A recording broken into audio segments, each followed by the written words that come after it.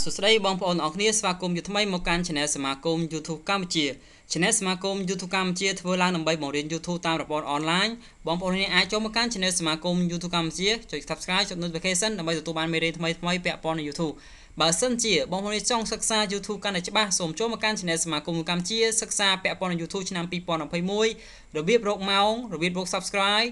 និងការបើកស្នើសុំ Monetize ផងដែរហើយជាមួយនឹងការដោះស្រាយពាក់ព័ន្ធនឹងreview content ក៏ដូចជា copyright ហើយភ្ជាប់ជាមួយនឹងគោលការណ៍ YouTube ផងដែរបាទអរគុណខាង Channel សមាគម YouTube កម្ពុជាក៏មានទទួលសេវាកម្មពាក់ព័ន្ធនឹងការ promote ម៉ោង promote subscribe ក៏ដូចជាទទួលសិស្សរៀន YouTube តាមប្រព័ន្ធ online ផងដែរពាក់ព័ន្ធនឹងការទទួលរៀនសិស្ស YouTube នេះគឺខ្ញុំសិក្សាបែប online បងប្អូនអាចសិក្សាពាក់ព័ន្ធនឹងមេរៀនទាំងអស់គឺបានផុសចូលមកកាន់ Channel សមាគម YouTube កម្ពុជាទាំងអស់ប៉ុន្តែបងប្អូនដែលបងថវិកាចំនួន$20ឬក៏$50បងប្អូននឹងទទួលបានមេរៀនក៏ដូចជា consultant បន្ថែមពីលើមេរៀនដែលផុសចូលនៅកាន់ Channel សមាគម YouTube កម្ពុជាបន្ថែមទៀតបាទអរគុណច្រើនថ្ងៃនេះខ្ញុំមាន5 Channel សម្រាប់ណែនាំបងប្អូនគ្នាហើយជាការសហការគ្នានៅលើវិស័យ YouTube ផងដែរបាទ Channel ទី1គឺឈ្មោះថា Cambo Karate គឺជា Channel មួយល្អសម្រាប់បងប្អូនគ្នាដែលចូលចិត្តពាក់ព័ន្ធនឹងវិស័យកីឡាក៏ដូចជាការហាត់សមហាត់កីឡាដើម្បីសុខភាពផងដែរបាទនេះជាការណែនាំសម្រាប់បងប្អូនគ្នា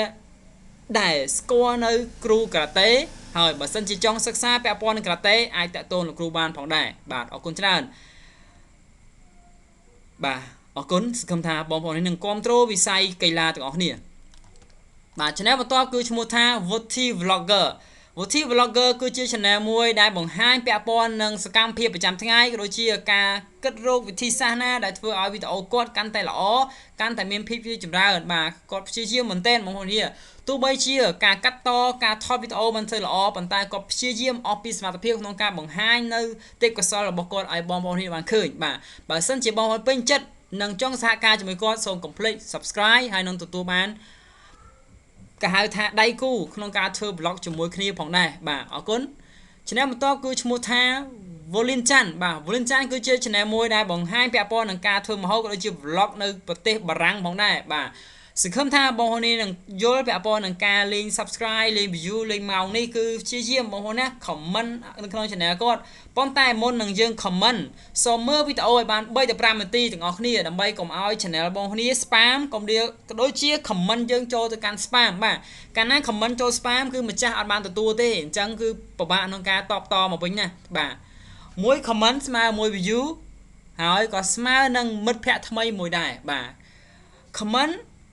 គឺទទួលបានមិត្តភ័ក្តិទទួលបាននៅការចែករំលែកបាទ comment មកនេះកាន់តែច្រើន Channel បងនេះ pop up កាន់តែច្រើនមូលហេតុអ្វីដែលតែ comment នោះ pop up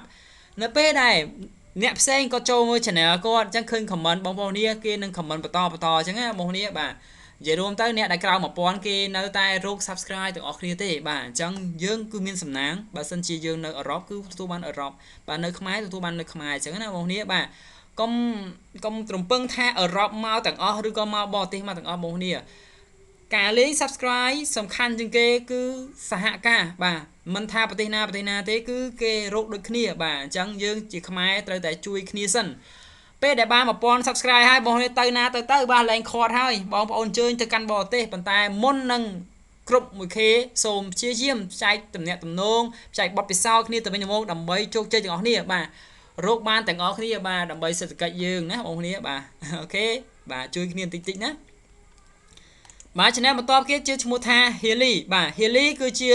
Channel ដែលទៅនឹងចាប់ផ្ដើមក្នុងវិស័យ YouTube បើទោះបីជាគាត់មានស្នាដៃក្នុងការនិពន្ធភ្លេងពាក់ព័ន្ធនឹងនិពន្ធបទចម្រៀងពាក់ព័ន្ធនឹងការលេងភ្លេងក៏ពិតមែនប៉ុន្តែបើសិនជា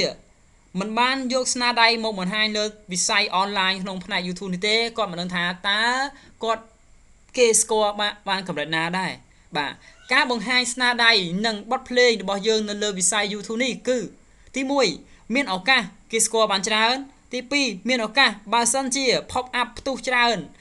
ទូរទស្សន៍គេនឹងឃើញគេនឹងអញ្ជើញចូលឡើងឆាក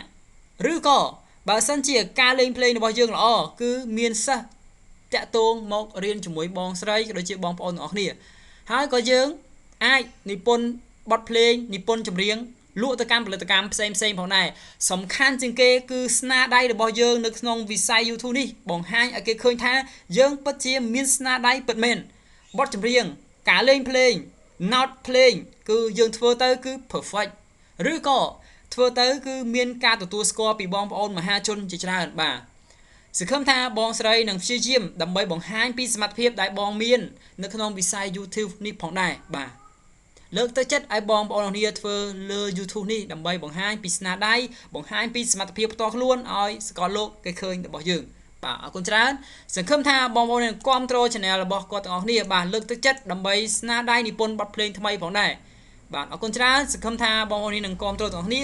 Channel ចុងក្រោយគឺឈ្មោះថា Mr. Pirong KH បាទជា Channel មួយដែលបង្ហាញពាក់ព័ន្ធនឹងវិធីធ្វើម្ហូបដូចជា vlog បែបស្រុកស្រែផងដែរបាទអរគុណសង្ឃឹមថាបងប្អូននឹងទទួលបាននៅអត្ថប្រយោជន៍ច្រើនចំពោះ5 Channel នេះដែល Channel ទី1ពាក់ព័ន្ធនឹងការហាត់សមជាមួយនឹងការ៉ាតេ